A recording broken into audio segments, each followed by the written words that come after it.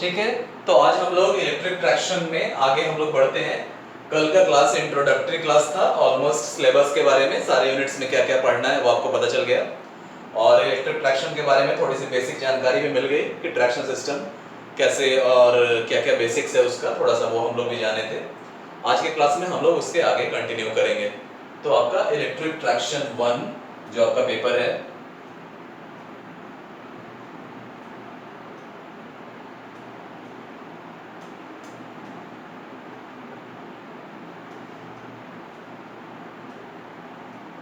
इसका पहला यूनिट है पावर सप्लाई अरेंजमेंट्स। ठीक है, तो टॉपिक दे दीजिए, जो आपका पहला यूनिट का नाम है that is power supply arrangements. अब है क्या कि इलेक्ट्रिक ट्रैक्शन में पावर सप्लाई अरेंजमेंट्स जो हम लोग देखेंगे, उससे पहले प्रॉपर्ली ये समझना जरूरी है कि इलेक्ट्रिक ट्रैक्शन है क्या। माइक्रोफोन म्यूट कर लो, किसका ऑन रह गया है। इलेक्ट्रिक ट्रैक्शन है क्या, इसको पहले हम लोग समझ लें, ये ज्यादा इंपॉर्टेंट है। तो कल बता चुके थे इलेक्ट्रिक ट्रैक्शन क्या है, कल बता चुके थे इलेक्ट्रिक ट्रैक्शन है क्या। बताइए, कोई आइडिया है आपके पास? कोई स्टूडेंट्स बताइए, do you have any idea? Sir, किसी चीज को उसके सरफेस के अलोंग खींचना, यस, दैट इज ट्रैक्शन। यानी किसी भी चीज को, और सबसे इजी एग्जांपल क्या है, तो आपका रेलवे का जो सिस्टम है, रेलवे की बोगीज रहती है, सारी बोगीज एक दूसरे से कनेक्टेड है, सारे रेलवे की बोगीज जो है ना वो सब एक दूसरे से कनेक्टेड है, और अल्टीमेटली स्टार्टिंग में नॉर्मली हम लोग स्टार्टिंग में ही रखते हैं, एक इंजन हम लोग प्रोवाइड कर देते हैं, और इससे हम लोग इस पूरे सिस्टम को, तो इंजन क्या है, इंजन यहाँ पे पावर लगा रहा है। ये इंजन डीजल इंजन भी हो सकता है, ये इंजन स्टीम इंजन भी हो सकता है, और ये इंजन इलेक्ट्रिक इंजन भी हो सकता है। ये सब मिलकर ट्रैक्शन सिस्टम को हम लोग बना रहे हैं, और जैसे ही इलेक्ट्रिकल इंजन की वजह से एक खिंचाव हम लोग दे रहे हैं, ट्रैक्शन दे रहे हैं, वो इलेक्ट्रिक ट्रैक्शन हो गया। अदरवाइज ये ट्रैक्शन सिस्टम है, यानी जहां भी एक जगह पावर लगा के हम एक बहुत हेवी मास को हम लोग पुल करते हैं, खींचते हैं, ड्रॉ करते हैं, दैट इज ट्रैक्शन। ठीक है, और अगर इलेक्ट्रिकल एनर्जी का यूटिलाइजेशन यहाँ पे करते हैं, यानी इलेक्ट्रिकल लोकोमोटिव को यहाँ यूज करके करते हैं, तो वो सिस्टम हो जाता है इलेक्ट्रिक ट्रैक्शन। ठीक है, तो वो इसको एप्रोप्रिएट वर्ड्स में अगर हम लोग लिखना चाहें, तो पहले हम लोग आ जाते हैं ट्रैक्शन के डेफिनेशन में। तो सबसे पहले आ जाइए, इलेक्ट्रिक ट्रैक्शन को हम लोग बाद में देखेंगे, सबसे पहले ट्रैक्शन क्या है इसको तो समझ लें। तो ट्रैक्शन का प्रॉपर डेफिनेशन लिख लीजिए। ट्रैक्शन का मतलब होता है, कल जो बताए थे आपको, एक्ट ऑफ ड्राइंग और बीइंग ड्रॉन, यानी किसी चीज को खींचने का जो खींचने की जो प्रक्रिया है, एक्ट ऑफ ड्राइंग, किसी चीज को खींचने की प्रक्रिया या खुद खींचा जाना, ये होता है आपका ट्रैक्शन। ठीक है, और उसी को अगर इलेक्ट्रिकल एनर्जी का यूज करके करेंगे तो वो हो जाता है इलेक्ट्रिक ट्रैक्शन। तो प्रॉपर वर्ड्स को पहले लिख लीजिए, ट्रैक्शन का डेफिनेशन कि ट्रैक्शन है क्या। तो लिख लीजिए इसमें, act of drawing, act of drawing, DRAWING, draw मतलब क्या होता है, खींचना। ठीक है, एक्ट ऑफ ड्राइंग और the state of being drawn, BEING, और the state of being drawn.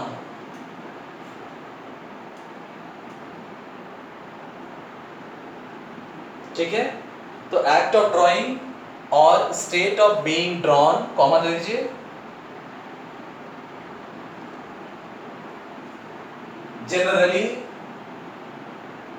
generally for the purpose of propulsion of vehicle, propulsion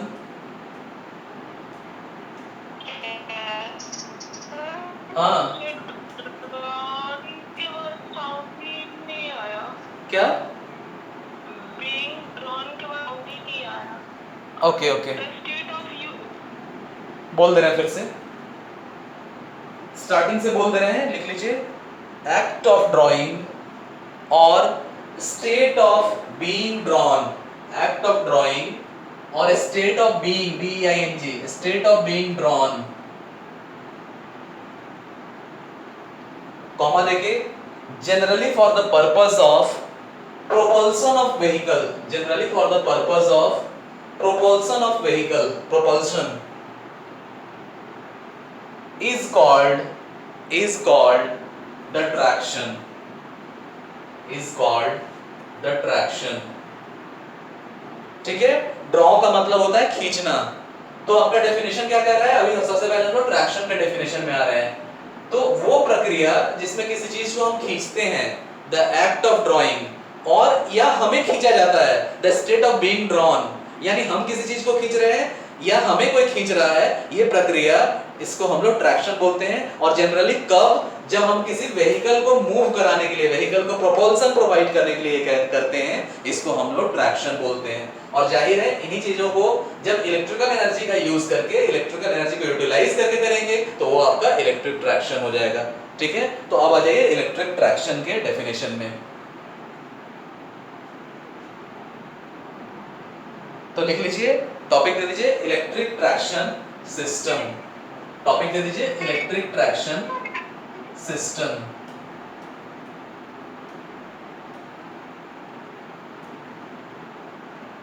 electric traction system, इसमें लिख लीजिए the system of traction,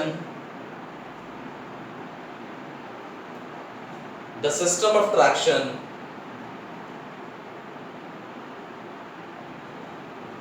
involving the use of electricity,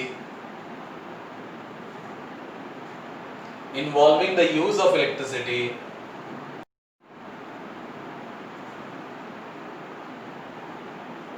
for the purpose of drawing, for the purpose of drawing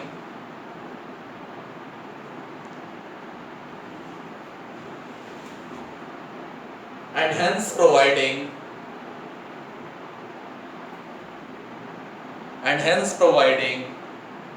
the propulsion and movement, and hence providing the propulsion and movement of a vehicle,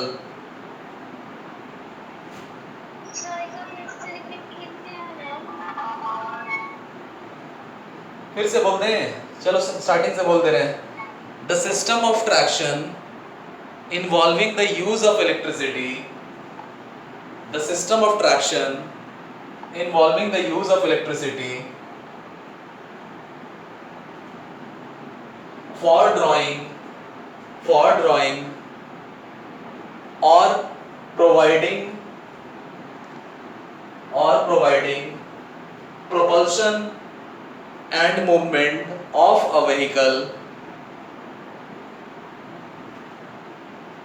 is known as electric traction, is known as electric traction.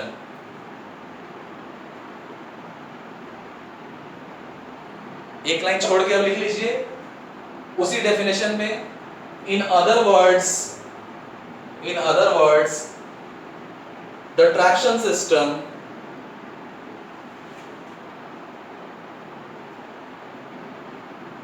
in which electrical energy is utilized, electrical energy is utilized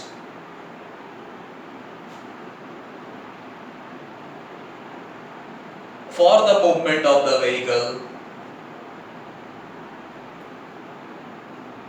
for the movement of the vehicle or providing the tractive effort, providing the tractive effort, traction से बना tractive effort, और providing the tractive effort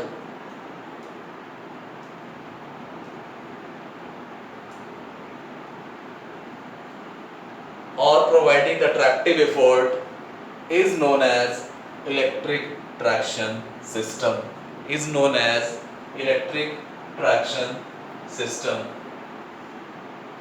ठीक है, तो ये आपका electric traction system हो गया। अब मेन हम लोग पावर सप्लाई में आ जाएंगे। तो पावर सप्लाई क्या है, हम लोग पहले ही देख चुके हैं कि आपके ट्रैक्शन में, और यहाँ आपका जो टॉपिक है वो इलेक्ट्रिक ट्रैक्शन है।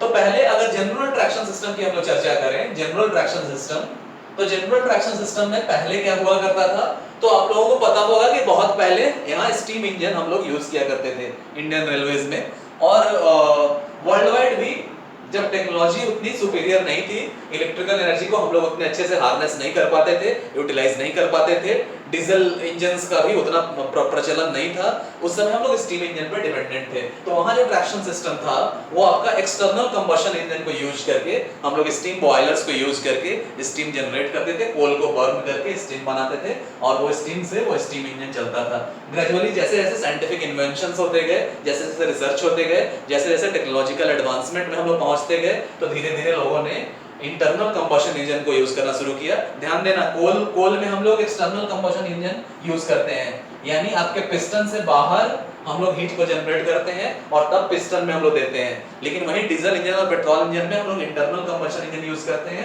यानी पिस्टन सिलेंडर के अंदर ही हम लोग फ्यूल को बर्न करते हैं। तो बाद में धीरे धीरे हम लोग इंटरनल कंबशन इंजन को यूज करने लगे, फ्यूल को यूज करने लगे, और डीजल इंजन्स को बनाया हमने, और डीजल इंजन्स को हमने ट्रैक्टिव इफोर्ट प्रोड्यूस करने के लिए, दिस इज ट्रैक्टिव इफोर्ट, यानी ट्रैक्शन क्या है, किसी चीज को खींचना या खींचा जाना, ठीक है, यानी एक जगह पावर लगा के हम एक बड़े लोड को खींचते हैं, और उस ताकत को, उस एफर्ट को हम लोग ट्रैक्टिव एफर्ट करते हैं। तो पहले ये ट्रैक्टिव एफर्ट हम लोग प्रोड्यूस करते थे स्टार्टिंग में स्टीम इंजन से, एक्सटर्नल कंबशन इंजन की टेक्नोलॉजी को यूज करके, बाद में धीरे धीरे जैसे जैसे इन्वेंशंस हुआ, डीजल इंजन को यूज करके, इंटरनल कंबशन इंजन की टेक्नोलॉजी को यूज करके हम लोग ट्रैक्टिव एफर्ट प्रोवाइड करने लगे और व्हीकल को मूव कराने लगे। लेकिन जैसे जैसे हम लोग इलेक्ट्रिकल एनर्जी के बारे में फैमिलियर होते गए, उसके यूज को इफेक्टिव वे में करना सीखते गए, इकोनॉमिक वे में करना सीखते गए, और उसका मैक्सिमम यूटिलाइजेशन हम लोग करते चले गए, हम लोगों को जब महसूस हुआ कि it is the best possible medium of energy that we can utilise anywhere, और जितने कंफर्टेबली, जितने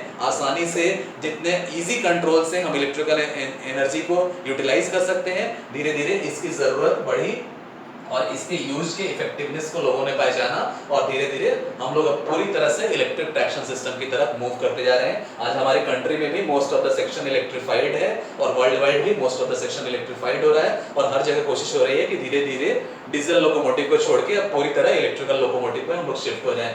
तो होता क्या है कि जाहिर है इलेक्ट्रिक ट्रैक्शन सिस्टम में हमारे लोकोमोटिव को वर्क करने के लिए हमें इलेक्ट्रिकल एनर्जी को पहुंचाना पड़ता है, और कैसे पहुंचाते हैं हम लोग, तो by the help of OHE, यानी ओवरहेड इक्विपमेंट के हेल्प से हम लोग पहुंचाते हैं, जो सर्टेन लाइक इस तरह का स्ट्रक्चर रहता है, अलग अलग लाइन सपोर्ट्स के बीच में हम लोग मेन वायर यानी कंडक्टर वायर और ये कैटेनरी वायर, बताएंगे सबका अपना अपना यूज है, सबका अपना अपना मतलब है। ये कैटेनरी वायर हम लोग इसको बोलते हैं, ऊपर जो कर्व है ये कैटेनरी वायर हम लोग बोलते हैं, और ये आपका मेन कंडक्टर वायर है। तो इस तरह हम लोग व्हीकल तक इलेक्ट्रिकल एनर्जी को पहुंचा रहे हैं, व्हीकल के लोकोमोटिव तक इलेक्ट्रिकल एनर्जी को पहुंचा रहे हैं। जाहिर है इसको पहुंचाने का जो अरेंजमेंट है ना, वही आपके पहले यूनिट के पूरे टॉपिक में है, that is power supply arrangements.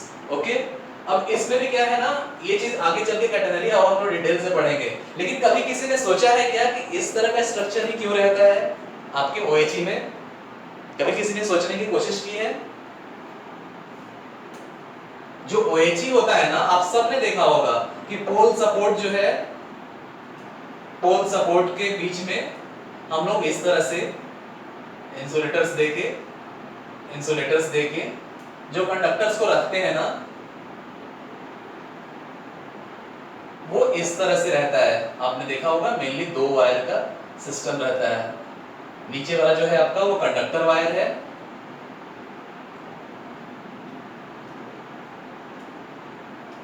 Feed wire भी हम लोग उसको बोलते हैं। हाँ बोलो। नीचे वाला जो है कंडक्टर वायर है, और इसको हम लोग कैटेनरी बोलते हैं।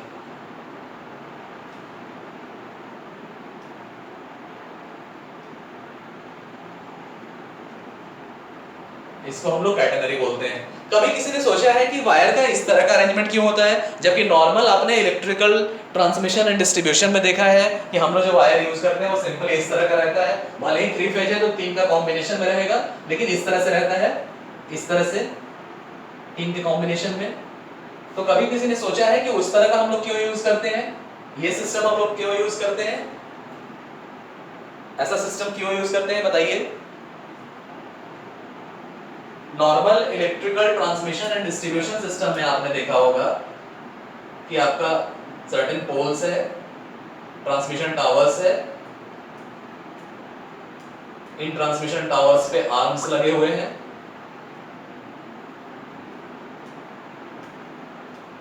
और यहां इंसुलेटर्स से हमने इन्हें कनेक्ट करके रखा है।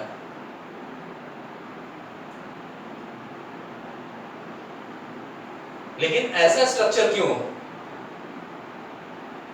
बताइए, कोई कोशिश कीजिए।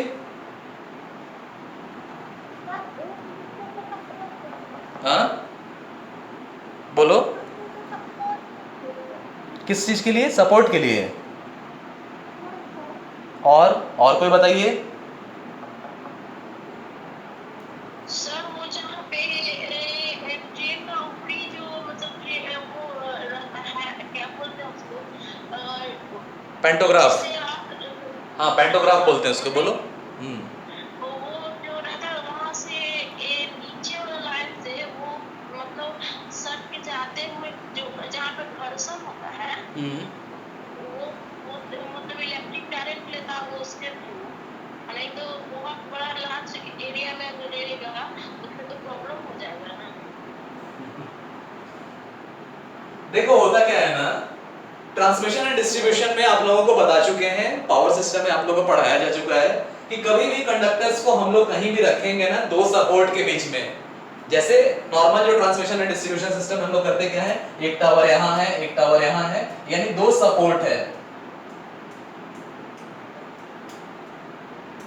यानी कुछ दूरी पर, यानी कुछ स्पैन पे, suppose that this is your span, कुछ स्पैन पे दो सपोर्ट हमने रखा, और किसी भी तरह से कंडक्टर को हम लोग रखें, कंडक्टर के यूनिफॉर्मली डिस्ट्रीब्यूटेड मास की वजह से चाहे कितना भी हम लोग टाइट करें, यहाँ पे कुछ ना कुछ सैग हमेशा रहेगा। हम लोग सैग टेंशन का रिलेशन निकाल चुके हैं, सैग टेंशन का इक्वेशन हम लोग डिराइव कर चुके हैं। ज्यादा हम लोग टाइट करने की कोशिश करेंगे तो और मुश्किल होगा, कितना भी हम लोग कोशिश करें कुछ ना कुछ सैग हमेशा रहेगा। इवन हम लोग छोटा पतला धागा भी अगर पतंग में हम लोग उड़ाते हैं ना, तो वो धागा भी कभी ऐसे पतंग उड़ रहा है तो कभी भी ऐसे एकदम स्ट्रेट लाइन नहीं रहेगा, वहां भी धागा के यूनिफॉर्मली डिस्ट्रीब्यूटेड मास की वजह से सैग रहेगा। यानी हमारी मजबूरी है कि कंडक्टर को जब भी हम लोग दो सपोर्ट के बीच में, एक लार्ज स्पैन के बीच में रखेंगे, हमेशा सैग तो डेवलप होगा ही होगा। यहाँ क्या है, आपकी रिक्वायरमेंट क्या है, आपका इलेक्ट्रिकल लोकोमोटिव है, पैंटोग्राफ हमेशा सटना चाहिए, तभी तो आपके लोकोमोटिव को पावर मिलेगा और तभी तो आपका लोकोमोटिव रन कर पाएगा। अगर सोचो इस तरह का वायर हम लोग रख देते, इस तरह का वायर अगर हम लोग रख देते उसमें, तो नतीजा क्या होता? पैंटोग्राफ तो एक पर्टिकुलर फिक्स हाइट पे है, हाँ थोड़ा बहुत मूवमेंट होता है, वहां भी हम लोग कंट्रोल सिस्टम रखते हैं। कंट्रोल सिस्टम में एक सर्वो मोटर है, जो थोड़ा बहुत जो तार का फ्लक्चुएशन है ना, थोड़ा बहुत तार ऊपर नीचे होता है कंडक्टर वायर, तो वो अपने आप को एडजस्ट कर देता है by the help of control system mechanism using servo Motors. लेकिन वो थोड़े बहुत के लिए है। अगर पूरा सैग इस तरह रहता तो इतना दूर तो टच कर रहा है, यहाँ के बाद से आपका पैंटोग्राफ इस कंडक्टर को छोड़ देता, यानी कनेक्शन डिस्कनेक्ट हो जाता।